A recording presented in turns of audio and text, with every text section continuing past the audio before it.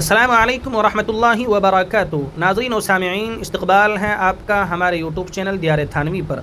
ناظرین، مدارس کے نظام تعلیم کو لے کر آئے دن کچھ نہ کچھ تجاویز پیش ہوتی رہتی ہے۔ کبھی کچھ تجویز پیش کی جاتی ہے، کبھی کچھ تبصرہ کیا جاتا ہے۔ ایک اہم تجویز یہ بھی ہے کہ لوگوں کا خیال یہ ہے کہ کچھ نہ کچھ معاشی اور دستکاری کا کام مدارس کے اندر سکھانا چاہیے۔ اس سلسلے میں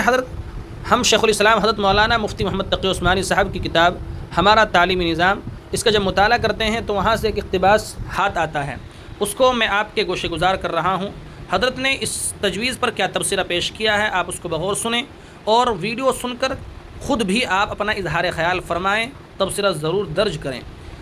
حضرت لکھتے ہیں کہ بعض حضرات دینی مدارس کی خیرخواہی اور ہمدردی میں یہ تجویز بھی پیش فرماتے رہے ہیں کہ ان درسگاہوں میں دستکاری کے ہنر سکھانے اور دوسری تکنیکی تربیت کا بھی انتظام ہونا چاہیے، تاکہ جو علماء یہاں سے فارغ التحصیل ہو وہ معاشی اعتبار سے معاشرے پر بوجھ بننے اور دوسروں کے دست نگر ہونے کے بجائے اپنے معاش کا انتظام اپنے ہاتھ کے ہنر سے کر سکیں اور دین کی خدمت کسی معاوضے کے بغیر انجام دیں۔ یہ تجویز خواہ کتنی ہی نیک نیتی سے پیش کی گئی ہو اور بظاہر کتنی خوشنما معلوم ہوتی ہو، حقیقت پسندی سے بہت دور اور ناقابل عمل ہے۔ پہلی بات تو وہی ہے کہ اگر دینی مدارس کا مقصد قرآن و سنت کے علوم میں بصیرت رکھنے والے علماء پیدا کرنا ہے تو یہ علوم اپنی تحصیل اور اپنی خدمت کے لیے پورا وقت چاہتے ہیں، اور آج کی زندگی جس قدر پیچیدہ ہو گئی ہے اس میں تجربہ یہی ہے کہ تکنیکی کاموں میں لگ جانے کے بعد ان علوم کی خدمت محض ایک آرزو ہو کر رہ جاتی ہے جو ساری عمر پوری نہیں ہوتی۔ بعض طلباء نے علم دین کے ساتھ ساتھ یہ تکنیکی ہنر سیکھے، لیکن اس عملی تجربے میں شاید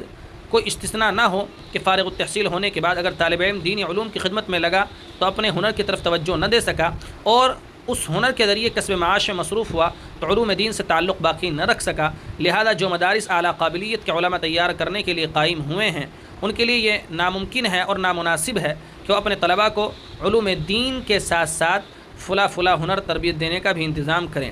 دوسرے، یہ عجیب تصور ہے کہ اگر کوئی شخص معاشرے کی دینی ضروریات پوری کر کے کوئی اجرت یا تنخواہ وصول کر رہا ہے تو معاشرے پر بوجھ یہ دوسروں کا دست نگر بن گیا ہے۔ علم و فن کے ہر شعبے کا قاعدہ یہ ہے کہ جو شخص علم و فن میں مہارت حاصل کر کے اس شعبے میں معاشرے کی خدمت انجام دیتا ہے اس کا معاش بھی اسی شعبے سے وابستہ ہوتا ہے، اور اگر وہ اس شعبے میں معاشرے کی خدمت انجام دینے کی بنا پر کوئی اجرت یا تنخواہ وصول کرتا ہے تو اس میں معاشرے پر بوجھ بننے یا کسی کا دست نگر ہونے کا کوئی سوال نہیں، بلکہ یہ اس معاشرتی نظام کا ایک لازمی حصہ ہے جس پر پوری انسانیت کی بنیاد قائم ہے۔ اگر کوئی طبیب، انجینئر، ماہر معاشیات یا سائنسداں اپنے شعبے میں معاشرے کی خدمت کرتا ہے اور اس کے صلے میں معاشرہ اسے معاشی فوائد بہم پہنچاتا ہے تو نہ یہ اس پر کسی کا احسان ہے اور نہ اس کی بنا پر یہ سمجھنا درست ہے کہ معاشرے پر بوجھ بن رہا ہے، یہ دوسروں کا دست نگر ہے۔ سوال یہ ہے کہ کیا علوم دین کی خدمت معاشرے کی کوئی ضرورت نہیں؟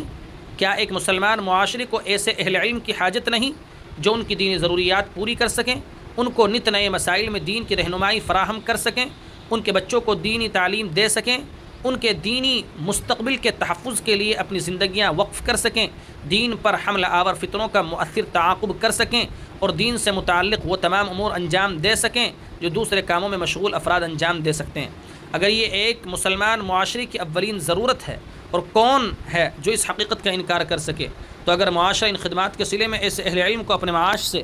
بے فکر کرنے کے لیے اپنا فریضہ ادا کرتا ہے تو کون سا احسان ہے جو ان اہل علم پر کیا جا رہا ہے، اور اس کی بنا پر یہ خیال آخر کیوں پیدا ہوتا ہے کہ وہ معاشرے پر بوجھ اور دوسروں کے دست نگر ہیں، اس لیے انہیں اپنے معاشی کفالت کے لیے کوئی اور ہنر سیکھنا چاہیے۔ بہرحال اس طرح کی یہ ویڈیو بنائی گئی ہے حضرت مولانا مفتی محمد تقی عثمانی صاحب دامت برکاتہم العالیہ کی کتاب ہمارا تعلیمی نظام سے اقتباس کر۔ آپ کی اس سلسلے میں کیا رائے ہیں کمنٹ میں ضرور درج کریں۔ اس طرح کی مزید ویڈیو سننے کے لیے آپ ہمارے چینل دیار تھانوی کو سبسکرائب ضرور کر کے رکھیں۔ شکریہ، جزاکم اللہ خیرا و احسن الجزاء۔